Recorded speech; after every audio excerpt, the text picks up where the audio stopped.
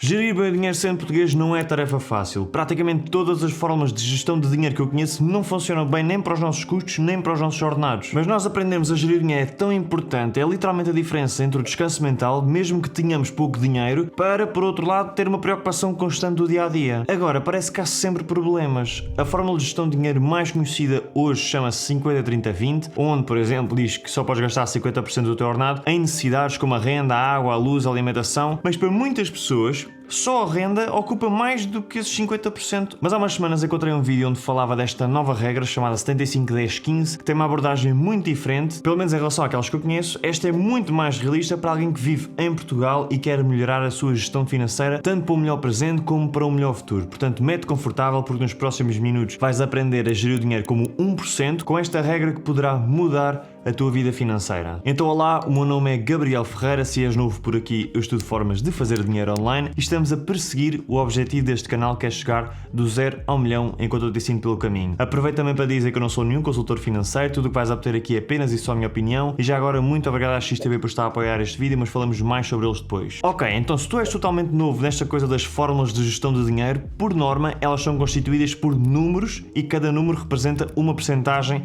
e categoria para onde deves alocar o teu dinheiro. Isto serve para que todos os meses não chegues ao fim e fiques mas para onde é que o meu dinheiro foi? Desta forma tu consegues organizar para saberes para onde é que ele foi efetivamente e isto é uma grande ajuda todos os meses. Então, no fundo isto servirá para que saibas o que deve ir para o quê? Para não gastares a mais nem a menos, assim todos os euros têm uma função e não ficas perdido. Agora vou-te ensinar o método de base e depois vamos ver como é que o podes adaptar à tua vida. Então, no fundo, por cada euro que tu recebes, 75% ou 75 cêntimos de cada euro irá para a tua vida. Ou seja, gastos com bens, serviços, como a renda, a água, a luz, a alimentação, o lazer, férias. O grande objetivo é que 75% do que tu recebes dê para alimentar o teu presente. Se receberes 1000 euros por mês, equivale a 750 euros. Aqui surgem várias questões. Em primeiro lugar, e se esses 75% não forem suficientes para pagar tudo o que tu queres? Se esta for a tua situação, já falamos de soluções e adaptações que podes fazer à regra. Se, pelo contrário, não conseguires gastar tudo, traz mais para poderes gastar nas próximas categorias que te vou falar. Uma coisa importante, vamos supor que queres tirar umas férias que custam 500 euros. Tu não vais, ou pelo menos não tens de gastar 500 euros dos 75% num mês só. Podes ir dividindo por meses, sabendo que,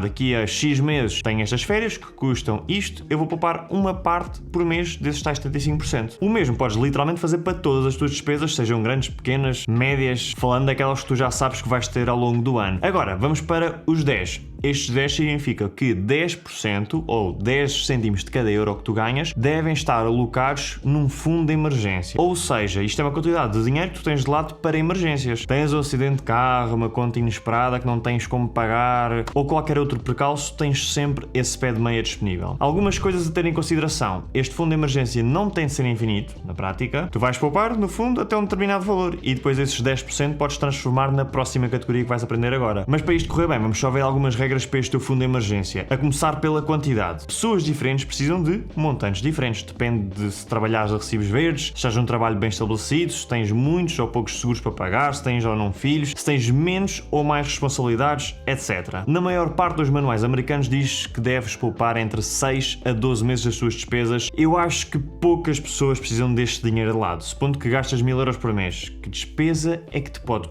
custar assim de repente, em que precisas urgentemente que tenhas de pagar entre 6 a 12 mil euros? Eu não sei, ok?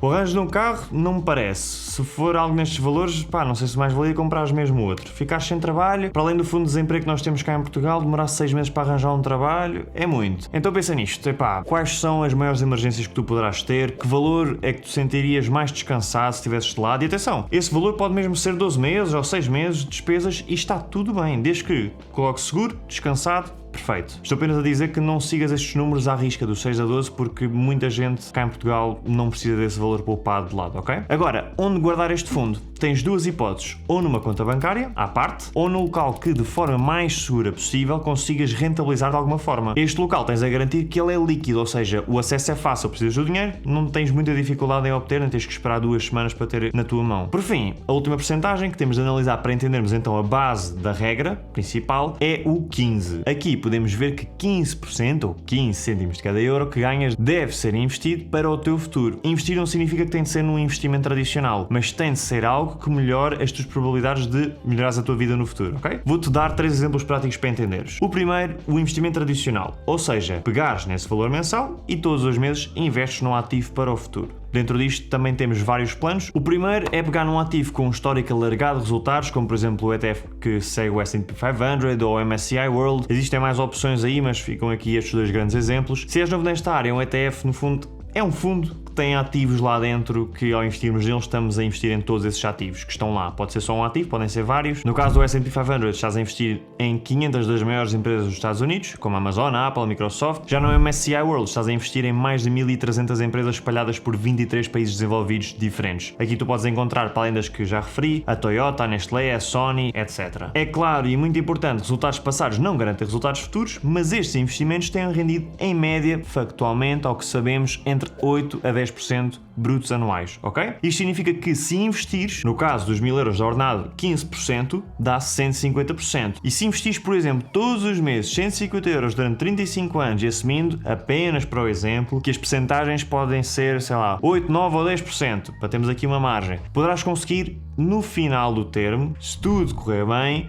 entre 310 a 487 mil euros brutos, tendo só investido tu 63 mil euros. Claro que isto é apenas uma simulação, mas tentem usar assim números reais do histórico dos ativos. Se efetivamente quiseres fazer o passo do investimento, tu podes investir, por exemplo, em corretoras. Para o vídeo nós vamos utilizar a XTB, que são os nossos parceiros aqui do canal, e onde eu invisto mesmo para o meu futuro aqui na XTB, portanto não é só uma plataforma que eu falo, é uma plataforma que eu também uso. Ok, aqui já dentro da plataforma, nesta conta que eu costumo utilizar aqui para os vídeos, nós conseguimos vir aqui, podemos até pesquisar aqui nos ETFs, e mais ETF, e aqui eu consigo ver uma catrefada, pá, se ainda se disser esta palavra, aqui de ETFs. Neste caso, se nós quisermos aqui olhar para ETFs que sigam o S&P 500, temos aqui várias versões. Um exemplo prático, isto aqui é apenas só um exemplo de muitos dos que há.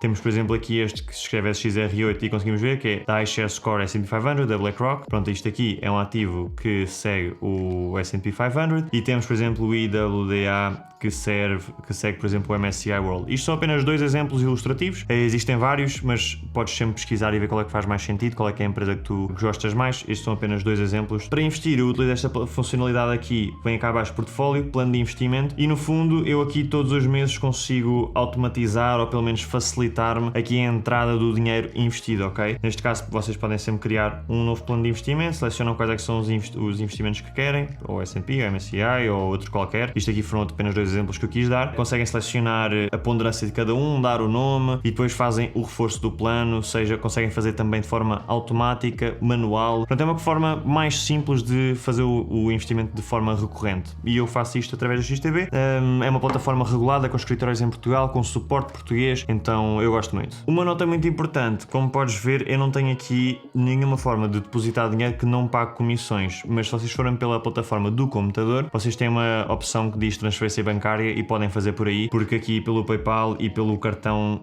vocês pagam comissões e é desnecessário estar a pagar. Eu vou deixar o link na descrição caso queiras ver por ti, podes colocar o código GabrielF durante o teu registro se quiseres ir por mim, e mais uma vez muito obrigado à XTB por estar a apoiar o canal. Mas vamos agora supor que eu nem queria apenas e só investir em ativos tradicionais, ou que na verdade eu nem me sinto preparado para isso. Estes 15% podem ser usados parte para investimentos tradicionais e parte para algo mais arriscado, por exemplo.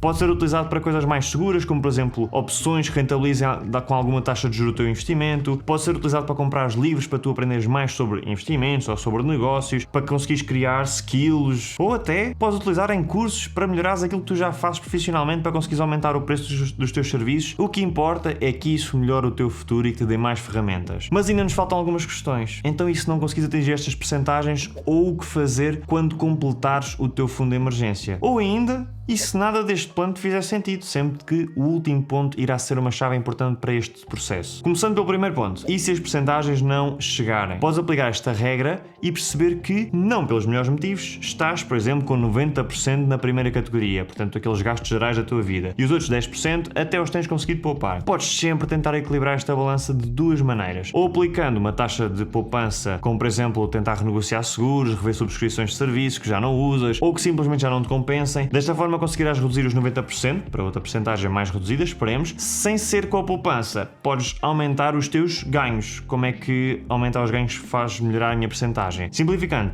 Se ganhares 1000 euros e estiveres a gastar 90% em gastos da tua vida, significa que estás a gastar 900 euros, ou seja, 90% de 1000 euros. Mas imagina que conseguimos aumentar os teus ganhos em 200 euros. Se tiveres 1200 euros e estiveres a gastar os mesmos 900 euros, fazendo a regra de 3 simples, significa que agora já só estás a gastar 75%. Estes 200 euros podem surgir de diversas formas, aumentos no trabalho ou até mesmo mudança do trabalho, pode surgir em trabalhos pontuais que estás a fazer ao fim de semana ou até mesmo através de pequenos negócios secundários nas horas livres. Então imagina juntares a poupança, ao ganhar mais, já estaria assim uma margem melhor. Antes de irmos ao último ponto chave, que é, e se isto não me fizer sentido, vamos só ver o bom cenário. No caso de terminares de construir o teu fundo de emergência, tu podes utilizar esta margem para as outras categorias. Terminando então o teu fundo, podes sempre aumentar o investimento para o teu futuro, para conseguires ainda alavancar mais a tua vida, ou podes melhorar os teus objetivos de poupança para aumentares ligeiramente o teu estilo de vida no futuro também. Garanto apenas que quando decidires aumentar o teu estilo de vida, não exageres para não aumentar os gastos de forma irresponsável. E isto leva-nos ao último ponto. As finanças pessoais podem e devem ser flexíveis. Têm de se adaptar à tua vida, senão não faz sentido. Eu não sigo nenhum plano pré-feito e tu também não tens de seguir. Eu vou-te ensinar aquilo que eu faço para mim, caso queiras replicar. É assim, as bases são ótimas. Se as seguir já estás à frente,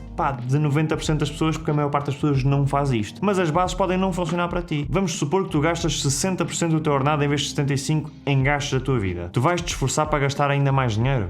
Claro que não. Ajustas as percentagens como te fizer sentido. Ou vamos supor que tu até em vez de 75 gastas a mais, gastas 80. Mas tu adoras a tua vida como está, consegues cumprir os teus objetivos, está tudo bem, ok? Não tem que ser exatamente ao milímetro, à percentagem certa. O que importa é que tu tenhas um plano que funcione para ti. Inicialmente é mais fácil seguir o que já existe, mas aos poucos vais vendo como é que fica mais saudável para ti e para a tua vida. Com isto, a maior dificuldade das pessoas costuma ser mesmo conseguir poupar. Tendo isto em conta, eu criei este vídeo aqui onde eu te ensino 9.5 formas práticas de poupar dinheiro. E tendo em conta a nossa realidade. Como sempre, muito obrigado por assistir. Vemo-nos para a semana e tchau!